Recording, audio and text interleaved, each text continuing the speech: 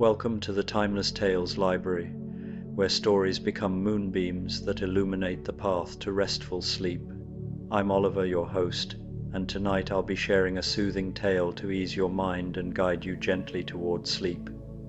The Timeless Tales Library is made possible by listeners like you. If you've found comfort here, please subscribe and help us continue creating these peaceful stories.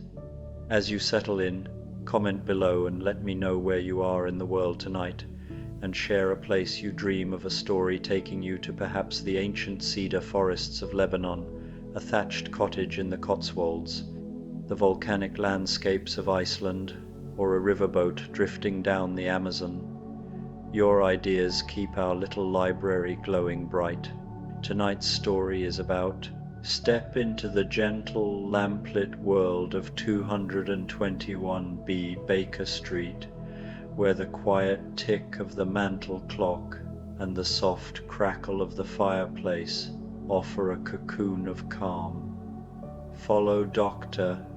Watson through serene evenings and reflective moments as mysteries unfold in hushed tones and the city's restless hum fades into peaceful reverie. These sleep stories invite you to unwind, letting the comforting rhythm of Holmes and Watson's world ease you into rest. Now, close your eyes and breathe slowly. Let the weight of the day lift from your shoulders. Tonight, you are wandering into the celestial wing of the Timeless Tales Library. Here, shelves stretch skyward, filled with books that shimmer like starlight.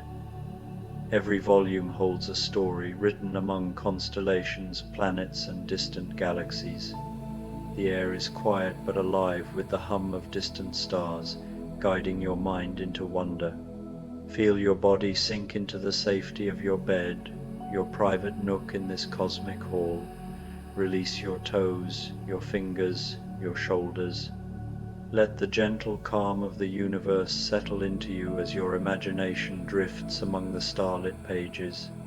Turn the first page and float among the constellations. Let the stories guide you through a night of gentle exploration and quiet amazement. Dr. Watson's Evenings, gentle Sherlock Holmes sleep stories. The gaslights of Baker Street flickered softly, their warm, buttery glow painting the cobblestones with a delicate shimmer against the deepening twilight. The air was cool, carrying the faint tang of coal smoke and the distant hum of London's ceaseless rhythm. Inside the cozy rooms of 221B, however, the world felt hushed, a sanctuary of calm amidst the city's relentless pulse. Dr. John Watson sat in his favorite armchair, its worn leather embracing him like an old friend. A quiet contentment settled over him, as familiar and comforting as a well-worn blanket. The embers in the fireplace glowed with a soft amber light, casting dancing shadows across the walls, their gentle crackle harmonizing with the steady tick-tock of the mantel clock. The room was a cocoon of warmth, a refuge where time seemed to pause, allowing the mind to wander freely. The quiet, almost reverent atmosphere was a stark contrast to the dynamic chaos that so often defined his life with the great detective Sherlock Holmes. On a typical evening, the air might be thick with the acrid scent of a new chemical experiment, the floor littered with newspaper clippings and strange artifacts, and the conversation a whirlwind of brilliant deductions and challenging hypotheses. But tonight, the stillness was absolute, a cherished silence that felt as restorative as a long, deep sleep. The day had unfolded with the gentle predictability of a well-oiled machine, each moment flowing seamlessly into the next. Watson had spent the morning attending to a handful of patients at his modest practice. Their ailments were minor: a persistent cough, a sprained wrist, a case of nerves exacerbated by the city's frenetic pace. The conversations had been reassuringly mundane, filled with the small concerns of everyday life. A shopkeeper's worry about the price of flour, a governess's tale of a mischievous charge. These were the threads of ordinary existence, and Watson found a quiet satisfaction in weaving them into the fabric of his day. He often reflected that his medical practice was a grounding force, a way of staying connected to the simple, tangible realities of human existence, a stark counterpoint to the more abstract and often baffling puzzles Holmes pursued. The act of listening to a patient's worries, of offering a word of comfort or a simple remedy, was a form of meditation for him, a quiet rhythm that soothed the soul. After his rounds, he had taken a late lunch at the Diogenes Club, Mycroft Holmes's peculiar haunt, where silence was the rule, and the only sounds were the soft rustle of newspapers and the occasional turn of a page. The club's austere atmosphere suited Watson's mood, offering a space to reflect without the clamor of the outside world. He had ordered a simple repast of broth and bread, savoring the quietude, the deliberate lack of conversation and social expectation. It was a place where one could simply be, unburdened by the need to interact or explain oneself. He had lost himself in the news of the day, his thoughts meandering from the politics of the continent to the latest sporting results, all without the need for a single spoken word. This interlude of pure, unadulterated peace was a luxury, a small indulgence he rarely allowed himself amidst the demanding schedule of 221B. Now, in the tranquil embrace of his sitting room, Watson felt the day's gentle rhythm settle into his bones. A copy of the Strand magazine lay open on his lap, its pages filled with tales of adventure and intrigue, but his attention wandered. His eyes were drawn to the wisps of smoke curling from the bowl of his briar pipe, the sweet scent of Virginia tobacco mingling with the faint aroma of carbolic soap from his morning ablutions and the rich, earthy notes of a freshly brewed pot of tea cooling in the kitchen. These were the scents of home, of safety, a rich tapestry woven from the simple, reassuring elements of his life.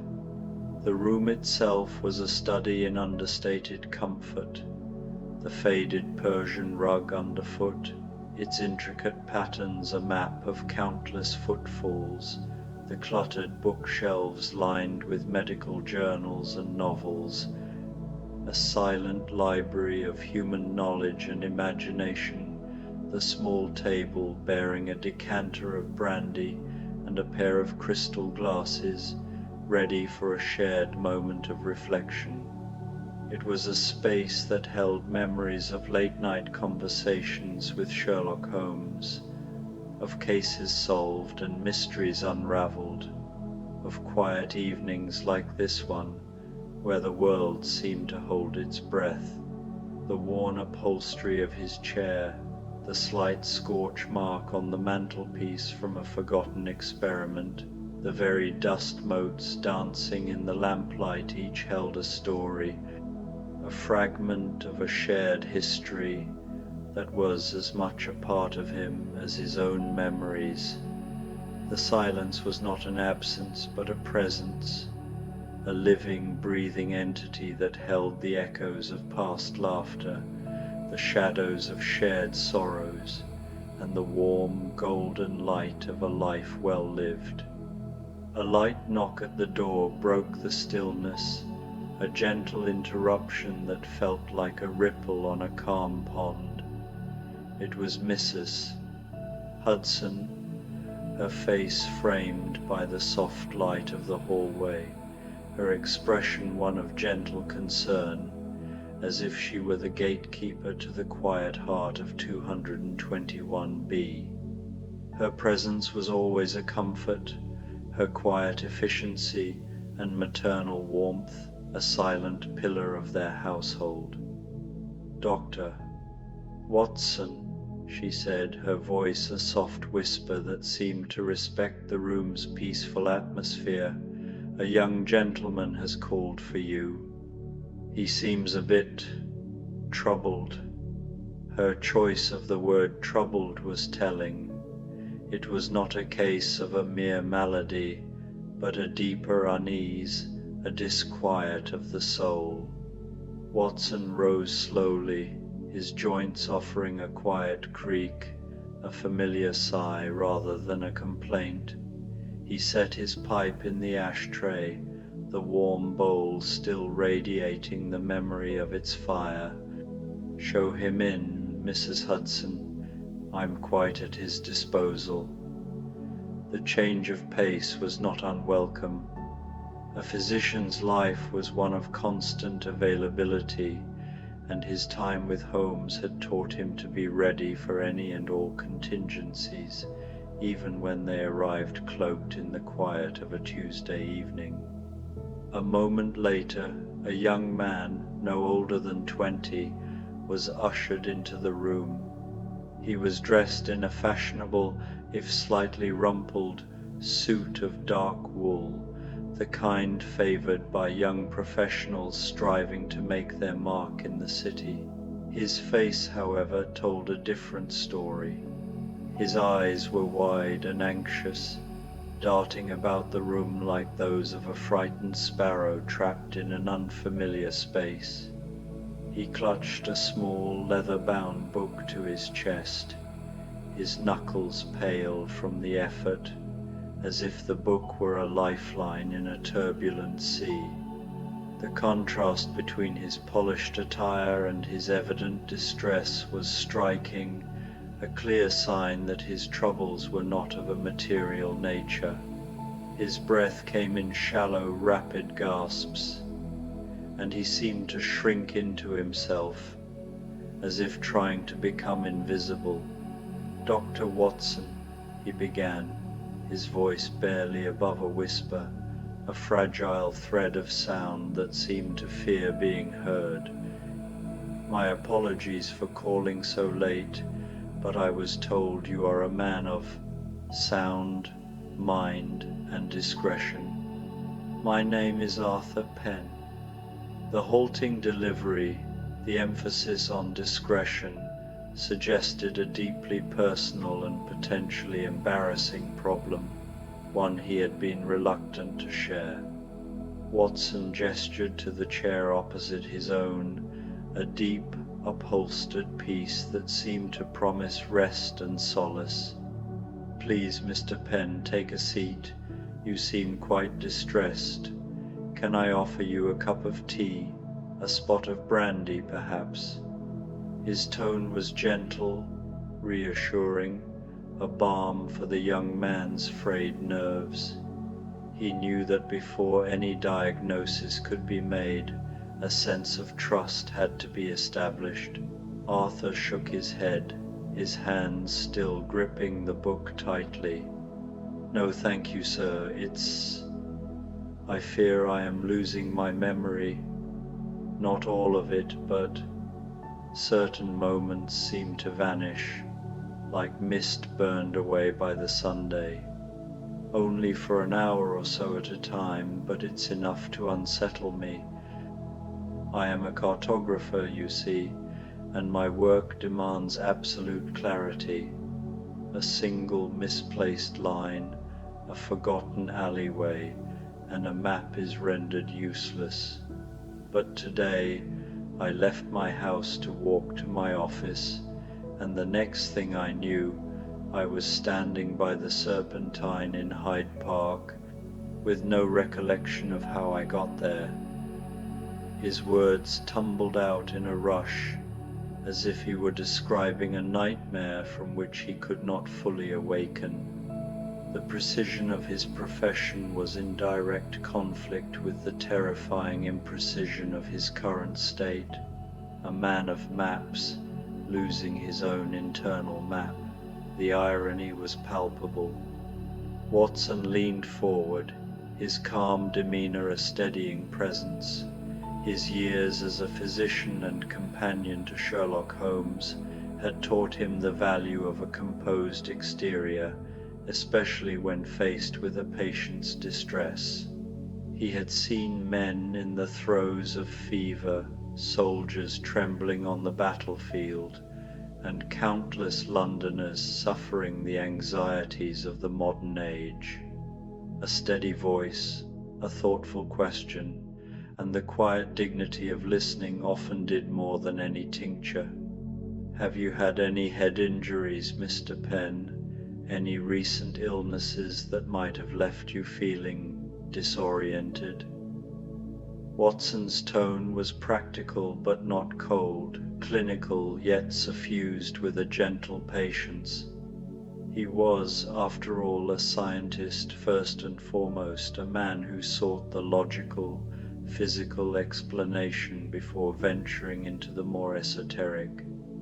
"None, sir," Arthur replied, his voice steadier now, as if Watson's calm were contagious. He seemed grateful simply to be taken seriously, to have someone who did not immediately dismiss his fears as folly. "The doctors I've seen are puzzled. They say I am in perfect health physically, at least, but I feel as if a piece of me is simply floating away, like a page torn from a book." He hesitated, then held out the leather-bound book he had been clutching with white-knuckled insistence. "This is my day book. I write in it every morning, detailing my plans and my work. I found it in my pocket when I woke up by the Serpentine, and the last entry was dated 2 days ago. There's a blank space, a stark, white void, as if those hours simply never happened." His voice faltered at the last words, as though admitting them aloud made the void all the more real. The book, trembling slightly in his grasp, was more than an object, it was a lifeline. The one thing tethering him to a reality he feared was slipping. Watson took the book, its worn leather cover cool and smooth against his fingertips. The binding was soft with age, the corners rounded and frayed from years of use. The pages within bore neat, precise handwriting, each line measured and ordered, a testament to a meticulous and organized mind. It was not the journal of a fanciful dreamer, but of a man who sought clarity through structure. A cartographer's daybook, brimming with notes on street widths, building heights, and the delicate nuances of London's ever-shifting geography. Here were sketches of alleyways and diagrams of marketplaces, annotations about gas lamp placements and the flow of foot traffic. The entries were, in truth, a love letter to the city, capturing its intricate patterns of growth and change, with an artist's eye and a scientist's precision. Yet the blank space Arthur had spoken of was indeed there. It stared back at Watson with unsettling starkness, a jarring absence spanning the last 2 days. The emptiness was unnatural, intrusive. In a life so carefully chronicled, it was as if a chapter had been ripped from the narrative, leaving behind a silence more deafening than any written word. Watson murmured, his brows knitting as his mind began to sift through the facts with the quiet deliberation of a gardener tending to a delicate plant. He turned a page, then another, letting the familiar cadence of ink and paper settle in his thoughts. "Have you noticed anything else, Mr. Penn? Any unusual smells, sounds, or perhaps a lingering taste in your mouth when these episodes occur?" His voice had softened further, coaxing rather than commanding. He knew from long years in medicine that the subconscious often retained sensory details the conscious mind forgot. They were like breadcrumbs, faint but reliable, leading one out of the forest of confusion. Arthur paused, his brow furrowing in deep concentration. He stared at the patterned rug beneath his feet, as though its intricate weave might unlock the hidden door of his memory. The muted reds and golds seemed to ripple under his gaze, threads shifting like tiny rivers on a map he could not quite read. "Yes," he murmured slowly, his voice distant. "Now that you mention it, both times this happened, I remember a scent. Very faint, almost imperceptible, like dried lavender and damp earth." He closed his eyes as he spoke, summoning the memory with the care of a man handling fragile glass. "It's a strange combination, isn't it?" His voice trailed off, hesitant, uncertain, as though he feared being laughed at for naming something so delicate, when the matter felt so grave, so consuming. "Not at all, Mr. Penn," Watson replied gently, his words carrying that practiced calm that had soothed many troubled minds. For a fleeting instant, a familiar twinkle returned to his eyes, the spark that always accompanied a riddle worth untangling. This was precisely the kind of puzzle he cherished, not the thrill of a dramatic pursuit through London's shadowed alleys, but the quiet elegance of a mystery built from details others might overlook.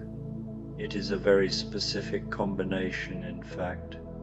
He set the daybook carefully on the table beside him, his movements unhurried, almost ceremonial, as though the worn leather volume were not a mere diary, but a delicate instrument holding the rhythm of Arthur's days.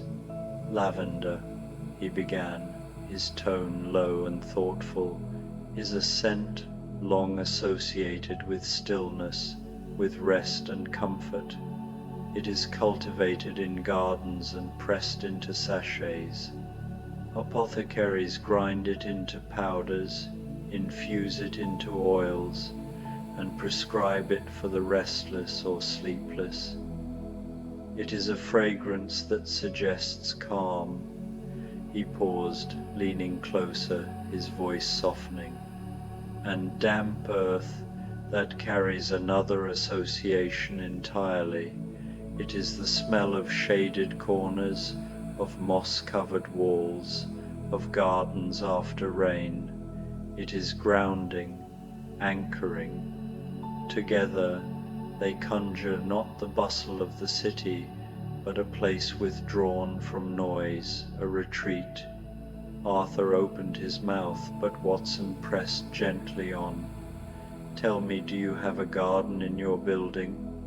"No, sir," Arthur said quickly, shaking his head with conviction. "I live in a simple flat near Borough Market. It's all brick and cobblestone there, no green space to speak of. Just the clatter of carts, the shouts of sellers, the smell of spices and fish. Lively enough, but hardly restful." His words carried both fondness and fatigue. Borough Market was a place full of colour and vigour, but not the sort of ground where one might expect lavender to bloom.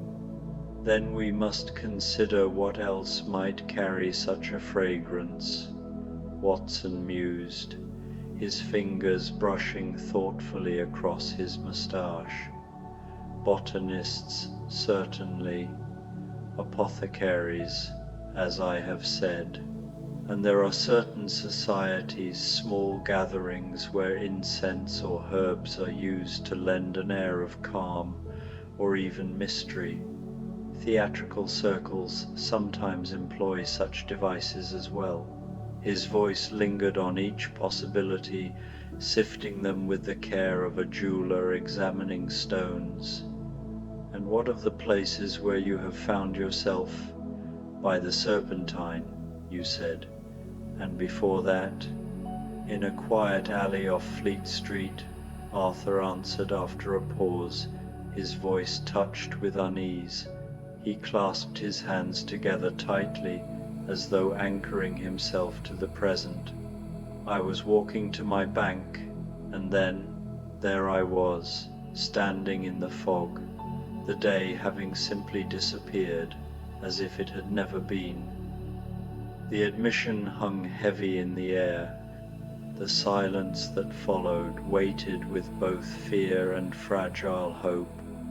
Watson nodded slowly, the pieces of the puzzle beginning to align, not into a picture of danger, but into one of gentle, almost imperceptible mystery. He handed the day book back to Arthur. Mr. Penn, I believe I may have an idea. This does not feel like a case of malicious intent or a grave illness, I am quite certain. It feels more like a quiet misdirection, a journey of the mind rather than the body. But it is late, and you need your rest. The mind is a powerful thing, and it often works best when we allow it to be still. Come back tomorrow morning, and we shall walk the route you took before the first episode. Perhaps a simple retracing of your steps, with a clearer mind, will awaken the memories you are seeking. Arthur's shoulders relaxed, the tension draining from him like water seeping through porous stone. Thank you, Dr. Watson. Your words are a great comfort. The quiet authority and calm reassurance in Watson's voice had been more effective than any medical diagnosis. It was the simple, human act of listening and validating his experience that had begun to heal him. As Arthur left, the silence of 221B returned, deeper and more profound than before. Watson settled back into his armchair, the leather creaking softly as it welcomed him. He did not reach for his pipe or his magazine.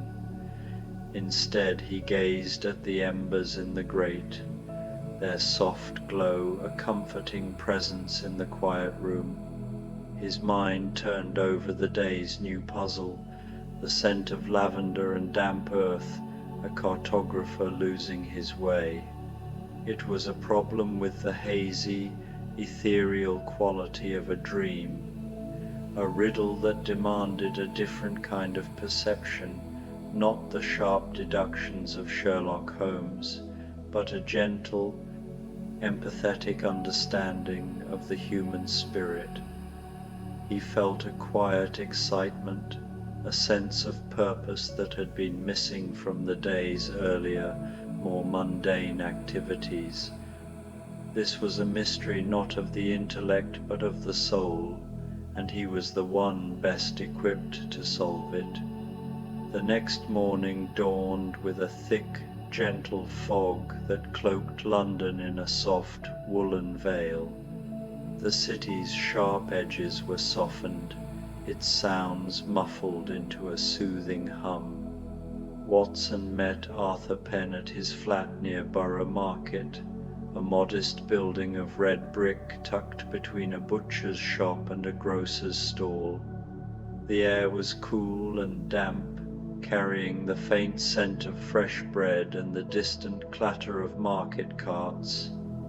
Arthur, though still pale, seemed less burdened, as if Watson's calm assurance had lightened his load.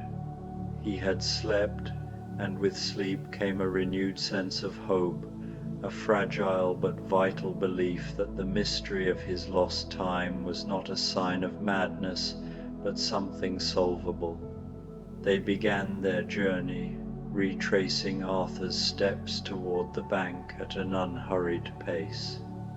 The fog hung low, curling around lampposts and softening the outlines of buildings, turning the streets into a series of ethereal tableaux.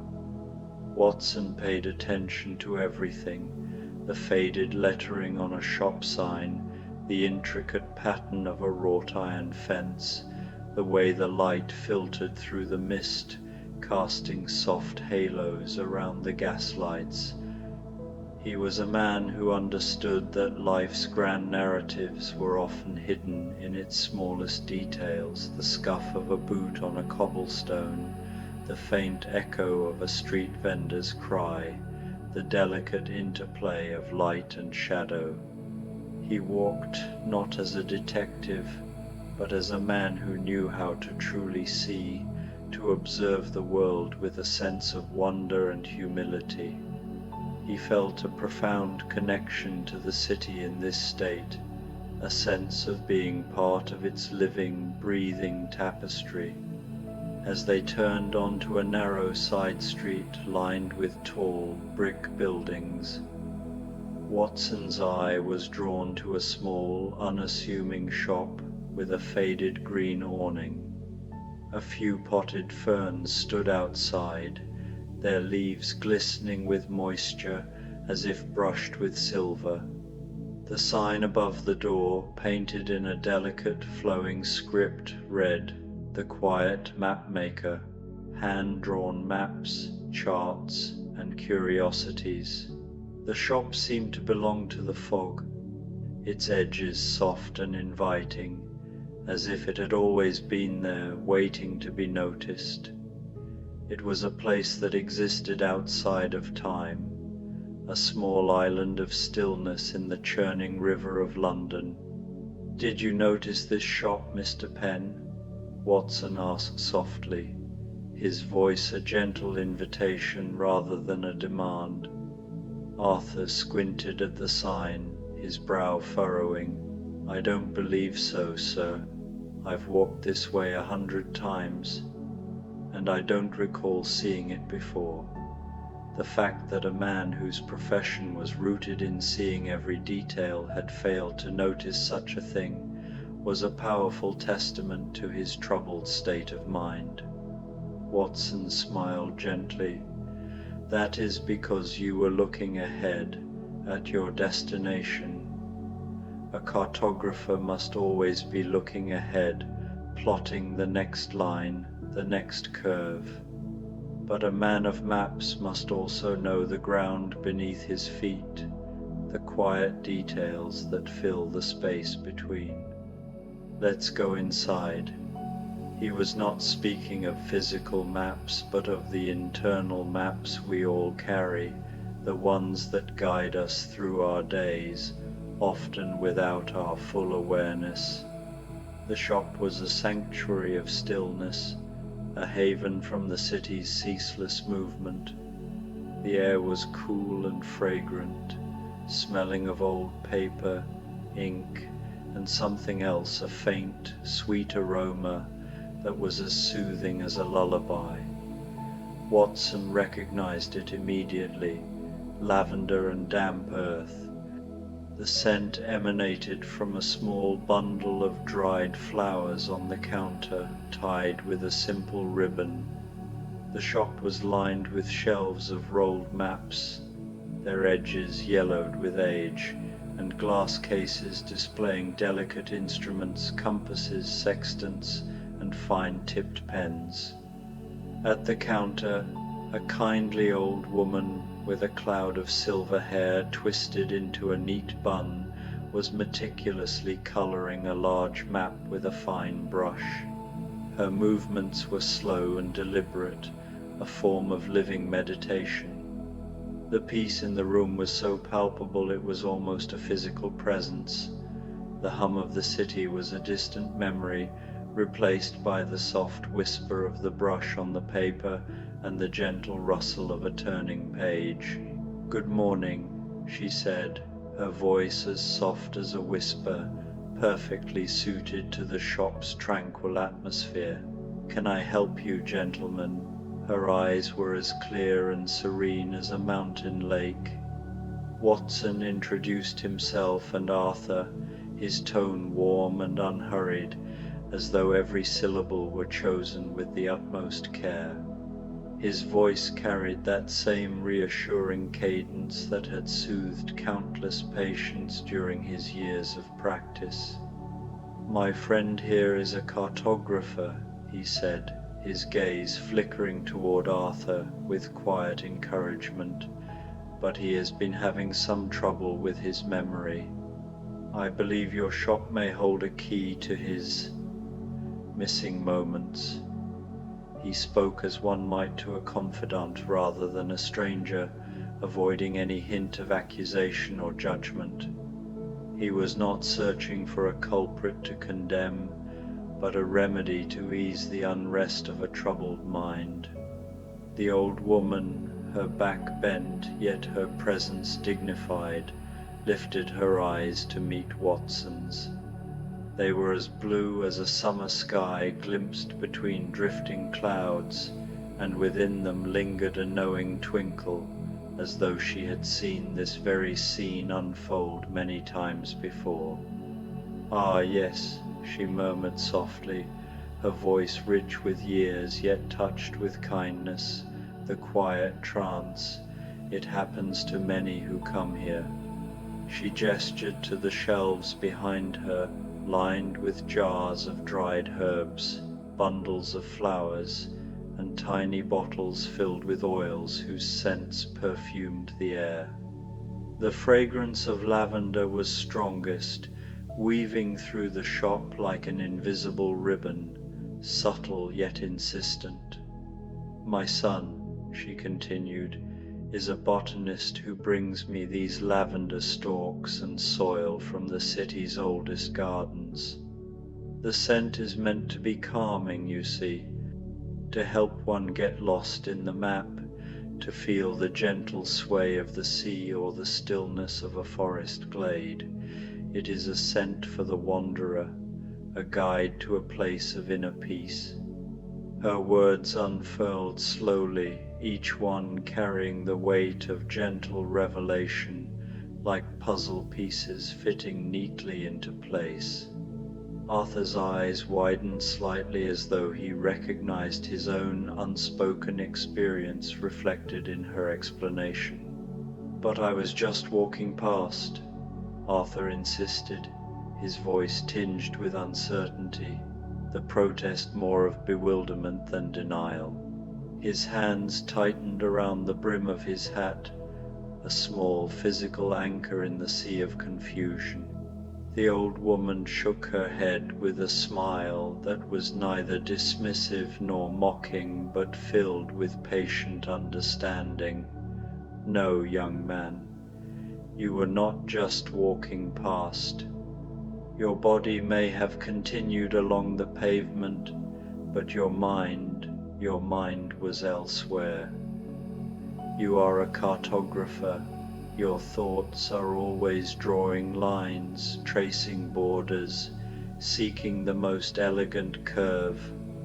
It is the way of your craft, the shape of your very soul." Her gaze softened, resting kindly upon him. "As you passed my shop, the scent of lavender must have entered your senses. Your mind, longing for respite, simply drifted. It took a brief, internal journey, mapping not streets or continents, but silence itself. You drew a map of peace, first a quiet alley off Fleet Street, and then further still to the Serpentine's waters, where calmness deepened like the still surface of a pond. It was not an absence, but a presence, a meditation, a retreat your spirit longed for. The journey itself became the purpose, not the destination. Watson inclined his head, his expression one of profound satisfaction. And the missing day in the book was not a void, but a chart of another kind, a mental map, etched by your subconscious. A map to a place of rest, of serenity. His words carried a reverence, for he recognized in this explanation something elegantly human, something that required no medical jargon or intricate theory. It was not illness nor villainy, but simply the soul's quiet yearning for stillness amid the ceaseless current of life. Arthur lowered his gaze to his hands, studying the lines in his palms as though they were maps themselves. His brow furrowed, then gradually smoothed as comprehension dawned.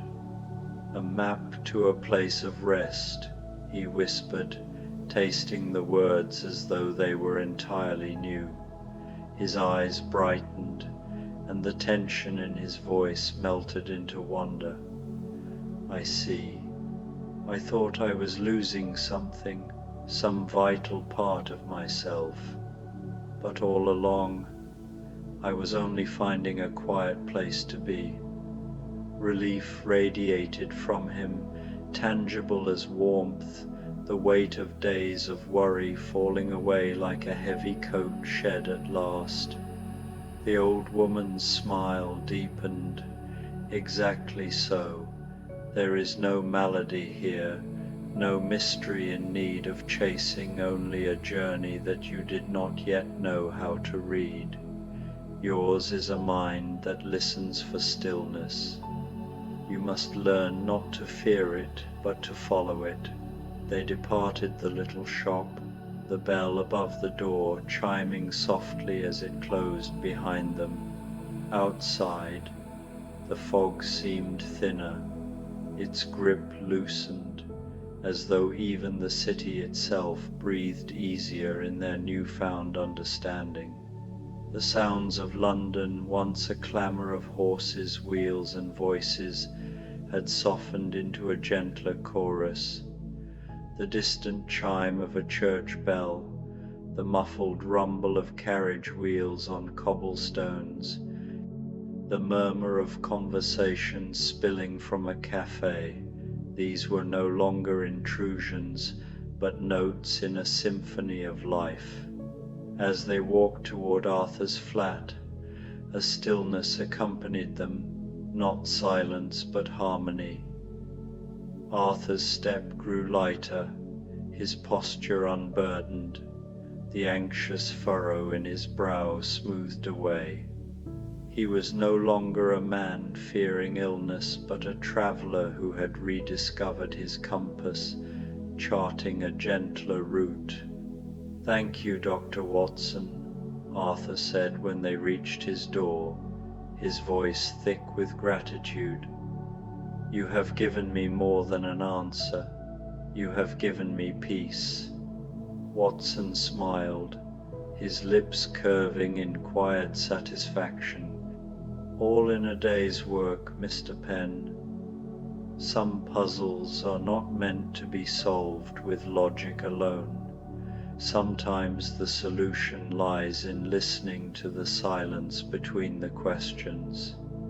Later, in the familiar sanctuary of 221B, Watson lowered himself into his armchair.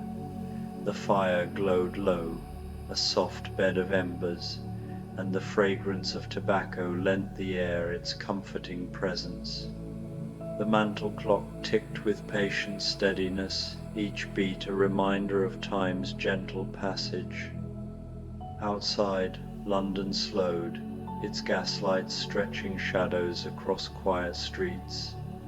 Watson closed his eyes and allowed the serenity of the evening to enfold him.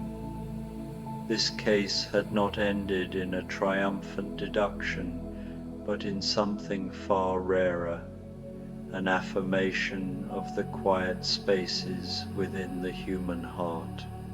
He had helped not by unmasking a criminal, but by guiding a man back to the simple grace of stillness. And in that he recognized a truth both humbling and profound, that even in the restless pulse of the city, there was always room for a quiet place to dream.